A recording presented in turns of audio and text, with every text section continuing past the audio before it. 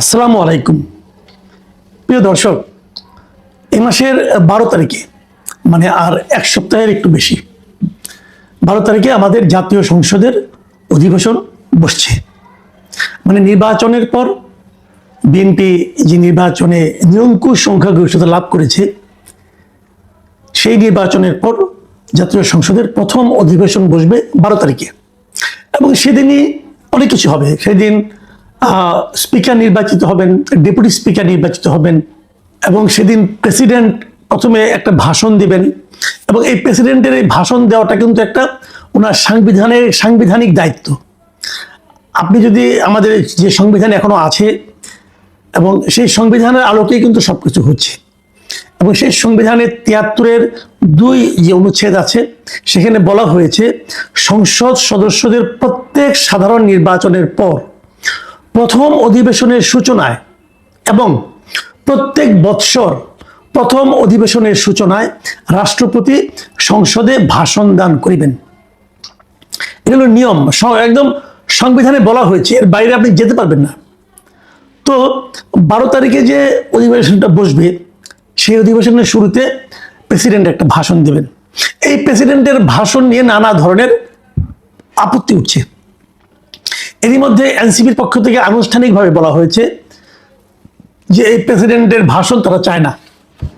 তারা বলেছে প্রেসিডেন্ট ভাষণ দিতে পারবে না, কারণ এই প্রেসিডেন্ট শেখ হাসিনার উচ্ছিষ্টভোগী অমুক তমুক অনেক কিছু, এবং তার কোনো ব্যক্তিত্ব নাই, সেই স্বৈরাচারের দোসর ছিল, এগুলো অনেক কথা বলা হচ্ছে। আবার পাশাপাশি একজন আইনজীবী, যদিও উনি আইনজীবী বাট উনি জামাতের লোক আর কি, জামাতের আইনজীবী বলতে পারেন আপনি, কারণ উনি জামাত করেন, জামাতের পক্ষে ভোট চান, নানা রকম ঘটনা ওনার আছে। মিস্টার শাহরিয়ার কবির, তিনি প্রধানমন্ত্রীর কাছে একটা চিঠি লিখেছেন যে যেন প্রেসিডেন্টকে দিয়ে ভাষণটা দেওয়ানো না হয়। কিন্তু কোশ্চেনটা হলো, প্রেসিডেন্ট ভাষণ যদি না দেন তাহলে সেটা ঠিক হবে কিনা, অথবা প্রেসিডেন্ট ভাষণ দিতে পারবেন না, এই কথা প্রেসিডেন্টকে কে বলতে পারবে, কেন বলবে, বলাটা সংবিধান সম্মত হবে কিনা, এই প্রশ্নগুলো কিন্তু আছে। আমি এটা নিয়ে একটু আলাপ করবো আজকে। আমি আপনাদেরকে আগেই বলেছি যে প্রেসিডেন্টের যে দায়িত্বের কথা আমি বললাম, প্রেসিডেন্ট সংবিধান বলেছে যে প্রেসিডেন্ট নতুন সংসদ নির্বাচনের পর প্রথম যে অধিবেশন হবে এবং এছাড়া প্রতি বছর প্রথম যে অধিবেশনটা হবে সেই অধিবেশনে প্রেসিডেন্ট ভাষণ দেবেন। এখন শাহাবুদ্দিন আহমেদকে আপনি পছন্দ করেন না, নাও করতে পারেন, আপনাকে সবাইকে পছন্দ করতে হবে এমন তো কোনো প্রতিজ্ঞা নেই, তাই না? কিন্তু পছন্দ না করলেও আপনি তো অন্য কাউকে প্রেসিডেন্ট বলতে পারবেন না। প্রেসিডেন্ট তো উনি, শাহাবুদ্দিন আহমেদই প্রেসিডেন্ট, এটা আপনাকে মানতে হবে ভাই। প্রেসিডেন্ট কিন্তু ব্যক্তি না, প্রেসিডেন্ট একটা প্রতিষ্ঠান, প্রেসিডেন্ট একটা পদ, সেই পদের লোকটা ওখানে বসে আছেন এবং ওই পদটাকে আপনি অসম্মান করতে পারবেন না।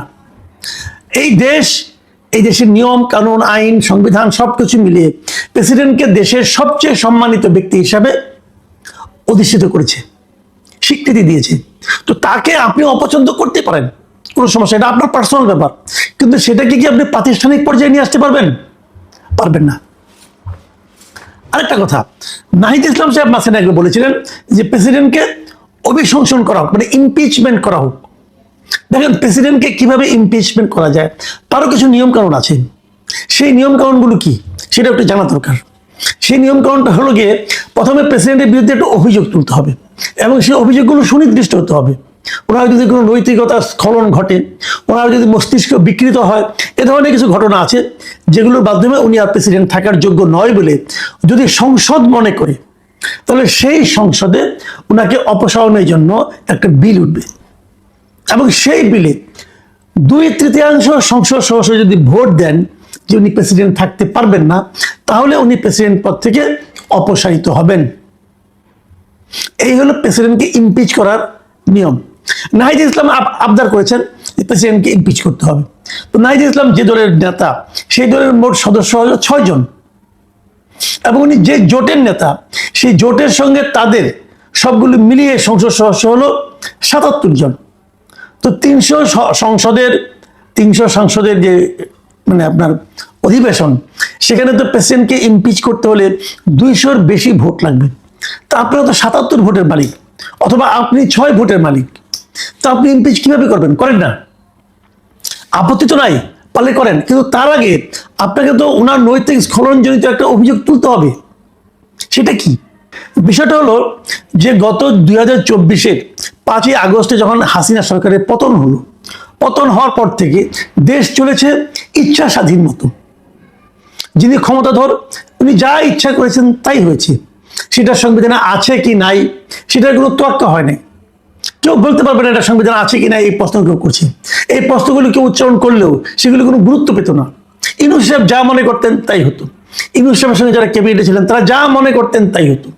সংবিধান মানলেন না, মানলাম না, কোনো সমস্যা নাই। এই নাহিদ ইসলামকে বলতে শুনেছি আমি, সংসদ, উনি একসময় উপদেষ্টা ছিলেন, উনি বলেছেন যে উনি বঙ্গবন্ধুকে জাতির পিতা মানেন না। যখন উনি কথাটা বলছেন তখনও পর্যন্ত কিন্তু সংবিধানে লেখা ছিল যে বঙ্গবন্ধু জাতির পিতা। যে সংবিধানকে মেনে আপনি শপথ নিয়েছেন, যে সংবিধানকে সমুন্নত রাখার প্রতিজ্ঞা করে আপনি শপথ নিয়েছেন, সেই সংবিধানে বলা হয়েছে যে বঙ্গবন্ধু শেখ মুজিবুর রহমান হলো আমাদের জাতির পিতা। আর উনি সেই ক্যাবিনেটের উপদেষ্টা বলেন উনি সংবিধান জাতির পিতা মানেন না বলেছেন। তার মানে ওনাদের কাছে সংবিধানের কোনো মূল্য ছিল না। সেই সরকার চলে গেছে, ওনাদের সরকার প্রধান ছিল, কে আটকাবে, কে বলবে, কে প্রতিবাদ করবে, কোনো কিছু তো ছিল না। কিন্তু ওনারা ভুলে গেছেন ডক্টর ইউনূস সাহেব এখন আর ক্ষমতায় নাই। এখন যারা ক্ষমতায় আছেন মানে বিএনপি সরকার যা কিছু করছেন সংবিধান মেনেই করছেন। এবং এই সংবিধানে যে যে বিষয়গুলো ওনাদের ভালো লাগে না অথবা নাও লাগতে পারে সেগুলি ওনারা মানছেন। এবং হয়তো সংসদ শুরু হওয়ার পর তাদের অপছন্দের বিষয়গুলো তারা হয়তো সংবিধান থেকে সরিয়ে দেবেন। আপনারাও দেন সেই মানে উদ্যোগে আপনারাও সামিল হন, কোনো আপত্তি তো নাই।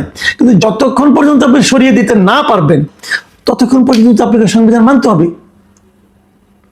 কারণ যদি আপনি আজকের সংবিধান না মানেন, এই না মানার অভিযোগটা কিন্তু আপনার বিরুদ্ধে রয়ে যাবে। সংবিধান পরিবর্তন হলেও এখন যে আপনি সংবিধান লঙ্ঘন করছেন এর জন্য কিন্তু আপনাকে আইনের আওতায় আনা যাবে। সংবিধান লঙ্ঘনের সাজা আপনাকে পেতে হতে পারে যদি কেউ চ্যালেঞ্জ করে আপনাকে। এই বিষয়গুলো মাথায় রেখে কাজ করতে হবে। আপনারা এখন একটা দল করেছেন, ওই দলের 6 জন এমপি আছে, কাজে আপনাদের কথা বলতে হবে খুব ঠান্ডা মাথায় চিন্তা ভাবনা করে। আপনি সংসদ সদস্য হয়েছেন, কাজে ধরাকে সরাজ্ঞান করার কোনো সুযোগ তো আপনার নাই। আপনি যেগুলো অপছন্দ করেন সংসদে যে সেই অপছন্দের বিষয়গুলো সংবিধান থেকে সরিয়ে দেন, কোনো প্রবলেম তো নাই। কিন্তু সরানোর আগ পর্যন্ত আপনাকে মানতে হবে। এটাই সারা দুনিয়ার নিয়ম। নতুন করে আপনারা 18 মাস নতুন করে তৈরি করেছিলেন, নতুন করে গাইডলাইন পালন করেছিলেন। আপনাদের মনে রাখতে হবে যে 18 মাসের পরে আরো একটা মাস পার হয়ে গেছে। ডক্টর ইউনূসের ক্ষমতাচ্যুতির পরে প্রায় 1 মাস হয়ে যাচ্ছে। এখন আর ওই আগের মতো করে ভাব নিলে চলবে না রে ভাই, এই নিয়ম মানতে হবে।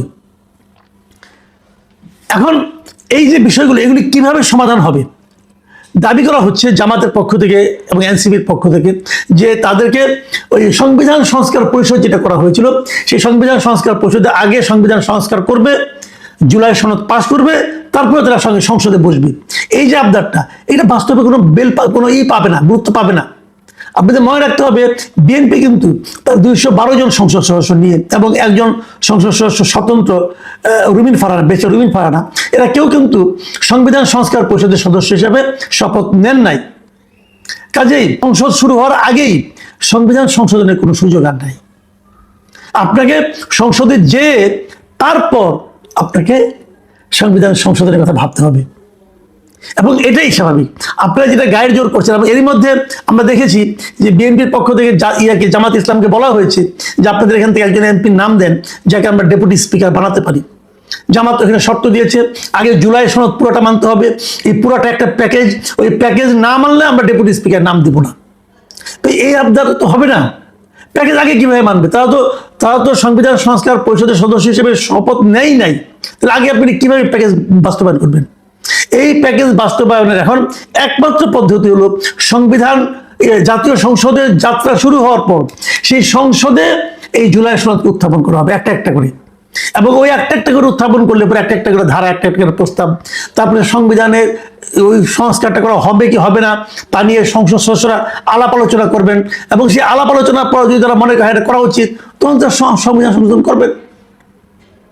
এটাই হতে হবে পদ্ধতি, এর বাইরে আর কোনো পদ্ধতি নাই।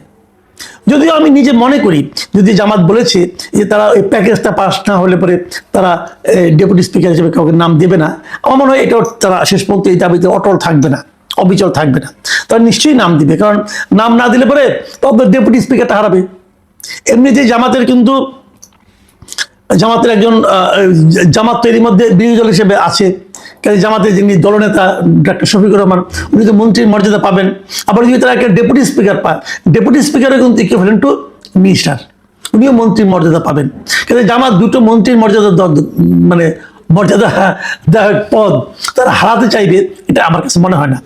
জামাত অত বড় আন্দোলনকারী দল না, জামাত বরং সংসদীয় দল হিসেবে মানে বেশ ভালো করবো বলে আমার ধারণা, এবং যে কারণে তারা এটা মেনে নেবে। তারপরে এখন বার্গেনিং চলবে আগামী কয়েকদিন, কিন্তু সেই বার্গেনিং হয়তো সমাধান হবে। কাজে আমার মনে হয় ডেপুটি স্পিকারের ব্যাপারটা সমাধান হবে, কিন্তু প্রেসিডেন্টের যে দাবিটা, প্রেসিডেন্টকে বক্তৃতা দিতে দিবে না, অথবা তারা ওয়াকআউট হয়তো করতে পারে, আমার জানি না, কিন্তু সেটাও আমি মনে করি প্রেসিডেন্টকে বক্তৃতা দিতে দেওয়া উচিত, খুবই উচিত। কারণ তা না হলে ওই সংসদের যে সৌন্দর্যটা, সংবিধানের যে সৌন্দর্যটা, এই দুটোই কিন্তু ভুলণ্ঠিত হয়।